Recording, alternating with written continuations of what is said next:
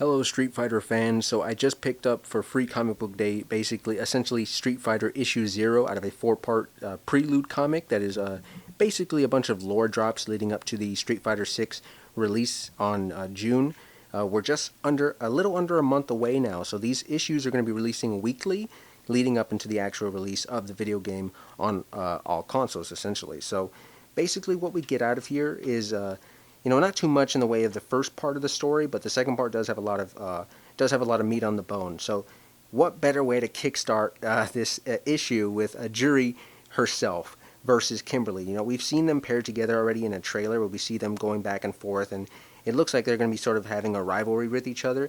And we can sort of see why in this little back and forth that we see between them. So they're in the alleyways of Metro City, and essentially why they're getting into a fight is that Juri believes that Kimberly, who is of course an artist, she likes to spray paint, she believes that she wrote sin rules on a wall. But what Kimberly is saying, as Juri is stepping on her and making a lot of other Street Fighter fans out there jealous that they're not in her position, it should have been them, damn it. Essentially, Kimberly says, no, it was not supposed to be sin rules. What it was supposed to be Bushin Ryu rules. And so Juri's like, oh, okay, well then in that case it's cool, but those guys are still kind of lame. And she takes another jab at Kimberly, which Kimberly doesn't appreciate, and they go back to fighting.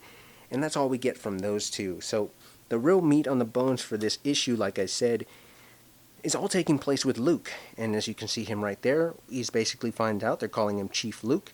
And essentially what's going on with Luke in this issue is we get to find out that he's basically protecting this city called Neishao, and he's working with a cop in this issue because he's trying to get Luke to help him deal with this terrorist group, this terrorist organization that's corrupting the city and harming its citizens. And what they're doing essentially is stealing and profiting from selling these culturally rich and historical artifacts, and then using the money and the profit that they make off of that to eventually just serve themselves. And so, Luke has to put a stop to that. And the most interesting thing that we get out of this whole issue is, as we see, I'm going to have to go another couple pages here. There's a nice little chase sequence where Luke is going after the perp in this scenario. But there's a nice little section where these kids come along, and Luke, you get to see that Luke is really good with kids. And that's something that I wouldn't have expected. But, with playing the recent Street Fighter 6 demo, it really actually adds to the fact that Luke is this sort of mentor character and someone who is really good with working with the youths. And I think that the reason for that is explained in his backstory that we get just a couple pages later. I believe it's after there's a fight sequence and this cop and Luke both get dropped into this sort of underwater section of this temple that they're exploring, where one of the artifacts is located in. And what Luke essentially tells this cop is that, he decided to follow in the footsteps of his father, and his dad was in the military, and so he decided he wanted to join the army as well. But what Luke found out was that he wasn't very much like his father. He could withstand the rigorous and hard training, but what he couldn't withstand was killing people. He wasn't a killer. He didn't want to take people's lives. He wanted to protect people's lives. So I think that's a nice bit of backstory that we get for the character of Luke. As you don't mind, I'm going to get a little bit closer. And so, I think that's a nice tidbit of character information that really serves this character of Luke well. And it makes me a bigger fan of him because he seems like a really good man at heart. And so essentially, there's also a nice moment here too. It's actually kind of funny in hindsight, but the cop starts drowning, and he's essentially telling Luke that, he's like, hey, your father would have been so proud of you. It's okay that you didn't stay in the military and you decided to take this life instead. And Luke's like, hey, why are you telling me this whole speech?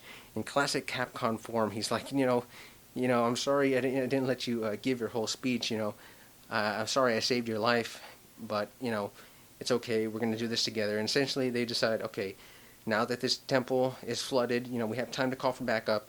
And essentially, they save the day, and that is the end of the focus. Does not want to get it.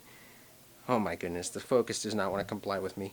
But essentially, that's the end of the comic book issue. And like I said, it is a part of a four-part series. As you can see here, the variant covers we get for issues 1, 2, 3, and 4. We're going to get to learn a little bit even more about Luke.